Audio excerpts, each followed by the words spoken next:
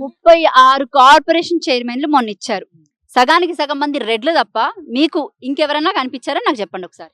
అంత దారుణం అంటే మొత్తం మీరు అన్నట్టు రెడ్లు కమ్మలు అట్లనే ఉన్నాయి కానీ ఇక బీసీలు 50% పైగా జనాభా ఉంటే 50% కాదు కదా, ఒక 20% కూడా లేదు. మళ్ళీ అది కూడా ఉద్యమకారులకు కష్టపడ్డోళ్ళకి లేదు. ఉస్మానియా యూనివర్సిటీ నుంచి ఒక్కరికి ఇయ్యలే. దారుణంగానే ఉంది పరిస్థితి. ఇక అడగాల్సిందే కదా, మనం జీవితాంతం ప్రశ్నించుకుంటూనే పోయే పరిస్థితి వచ్చింది. రైట్. మరి మీరు మొన్నటిదాకా దొరల పాలన దొరల పాలన దొరల పాలన అని మీరు ఎన్నో సార్లు అన్నారు. ఇప్పుడు రెడ్ల పాలనలాగా మీకు అనిపించట్లేదు ఇదంతా చూస్తుంటే? అనిపిస్తుంది మేడం, నిజంగానే ఇది రెడ్ల పాలన అనిపిస్తుంది. కానీ రెడ్లలో కూడా పేద రెడ్లు ఉన్నారు, రైతులు ఉన్నారు, సామాన్యులు ఉన్నారు. వాళ్ళు కాకుండా ఓన్లీ పొలిటికల్ రెడ్ల పాలన అవుతుంది. అంటే రాజకీయ రెడ్ల పాలన అంటే రాజకీయాలలో ఉండేటోళ్ళే. ఇప్పుడు రేవంత్ రెడ్డి వాళ్ళ బంధువులు, కోమటిరెడ్డి వాళ్ళ బంధువులు, పొంగులేటి వాళ్ళ బంధువులు, ఇట్లా ఎక్కడ చూసినా ఇంకా ఏ పేరు తీసుకున్నా వాళ్ళే కనబడుతున్నారు. రైట్. మరొక విషయం ఏంటంటే రేవంత్ రెడ్డి చెప్పిన మాటలన్నీ అబద్ధాల కింద ఎక్కడన్నా మీకు అనిపిస్తుందా ఇదంతా చూస్తుంటే?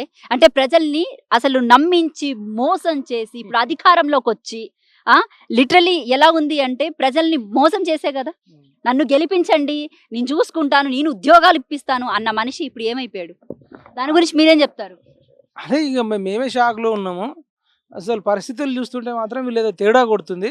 అన్నిటికి మించి ఈ మధ్యకాలంలో బీఆర్ఎస్ నుంచి ఎమ్మెల్యేలను తీసుకుంటున్నారు. ఇప్పుడు దానం నాగేందర్ని తీసుకున్నాడు. ఈయన దానం నాగేందర్ నెట్టినే ఈయన పంజాగుట్ట థియేటర్ కాడ బీడీలు అమ్ముకునేటోడు అని చెప్పిండు. మరి పంజాగుట్ట దగ్గర ఆ థియేటర్ దగ్గర బీడీలు అమ్ముకునేటోడు నీకెందుకు అంటే నువ్వేమైనా బీడీలు పడదాం అనుకుంటున్నావా? ఆ బీడీలు ఇప్పుడు కాంగ్రెస్ నాయకులకు ఏమైనా అమ్ముతాడా? మీరు కొంటారా? ఇదేంది టూ మచ్ కాకపోతే? చెప్పేమో పెద్ద పెద్ద మాటలు ఉన్నాయి, ఇప్పుడు చేసే కథలేమో ఇట్లున్నాయి. కేసీఆర్ ఇట్లా చేసిండని ఆయనకు ప్రజలు తిరుగుబాటు చేసిరు. నువ్వు వేరే ఎమ్మెల్యేలు ఎందుకు? నీకు ఆల్రెడీ 64 మంది మీ వాళ్ళు ఉన్నారు, కమ్యూనిస్టుల నుంచి ఒకరున్నారు. మీ 65 ఎమ్మెల్యేల మీద నీకు నమ్మకం లేదా? అదేవిధంగా పట్నం మహేందర్ రెడ్డిని తీసుకున్నారు తాండూరులో, ఆయన బీఆర్ఎస్ఏ. వాళ్ళ భార్యని తీసుకున్నారు సునీతారెడ్డిని. అదేవిధంగా రంజిత్ రెడ్డి చేవెళ్ళ ఎంపీని తీసుకున్నారు, పస్నూరు దయాకర్ను తీసుకున్నారు, అయినా కూడా వరంగల్ నుంచి ఎంపీ. ఇట్లా పైళ్ళ శేఖర్ రెడ్డిని కూడా తీసుకుంటున్నారేమో అని అంటున్నారు. ఇట్లా బొంతు రామ్మోహన్ తీసుకున్నారు, బొంతు శ్రీదేవిని తీసుకున్నారు. అంటే మీకు నాయకులు లేరా? మీకు నాయకుల మీద మీకు డిప్యూటీ మేయర్ మోతే శ్రీలతారెడ్డి ఇట్లా ఎవరిని తీసుకున్నా అసలు మీకు నాయకులు లేరా? మీ కార్యకర్తల మీద నమ్మకం లేదా? అసలు వీళ్ళు ఎవరు లేకుండానే కాంగ్రెస్ ప్రభుత్వం అధికారంలోకి వచ్చింది కదా, మళ్ళీ ఇంకెందుకు వీళ్ళందరినీ నమ్ముకుంటున్నారు? రైట్. అయితే గతంలో దీని గురించి ఒక మాట చెప్పాడు ఆయన. బీఆర్ఎస్ పార్టీకి సంబంధించి నేను అసలు ఈ పార్టీ ఫిరాయింపుల్ని ఎంకరేజ్ చేయనని ఒక మాట అన్నాడు. ఇప్పుడు మరి జరిగేది దీని గురించి మీరేం చెప్తారు? ఇప్పుడు ఆయన అన్న మాటనే మీకు చూపిస్తాను. ఆయన ఏమన్నాడంటే ఎవడన్నా పార్టీ మారితే మనం అప్పుడే ఉరిదీయాలని చెప్పిండు. ఇవాళ ఒక పార్టీలో ఎన్నికైన వాళ్ళు రాజీనామా చేయకుండా ఇంకొక పార్టీలో ఫిరాయిస్తే హత్యలు అత్యాచారాలు చేసిన వాళ్ళకి ఎంత కఠినమైన శిక్షలు అమలు చేస్తున్నారో ఉరి తీసే విధానాన్ని ఈ రోజు రాజ్యాంగంలో సవరణ తీసుకురావాల్సిన పరిస్థితులు ఉన్నాయి.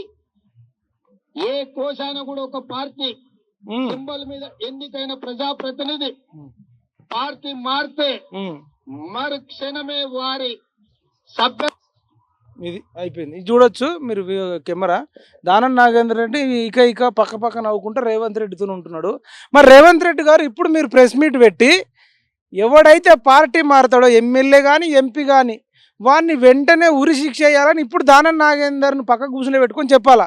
ఇగో దానం నాగేందర్ రెడ్డి పార్టీ మారిండు, ఈ దానం నాగేందర్ రెడ్డిని ఖైరతాబాద్లో కానీ లేకపోతే బంజారా హిల్స్లో కానీ పెద్దమ్మ గుడి ముందు పెద్ద స్తంభం కేసి ఓ చెట్టుకేసి ఈ దానం నాగేందర్ని ఉరి తీయాలని చెప్పి మీరు రేవంత్ రెడ్డి గారు చెప్పాలి.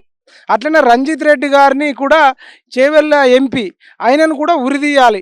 అదేవిధంగా పస్నూరి దయాకర్ ఆయనను ఉరిదీయాలి.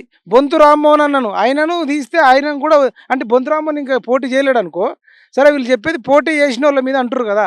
ఇప్పుడు వీళ్ళందరినీ నువ్వు ఏంది మాటలు కోటలు దాటినాయి, చేతలేమో గడప కూడా దాటుతలేవు.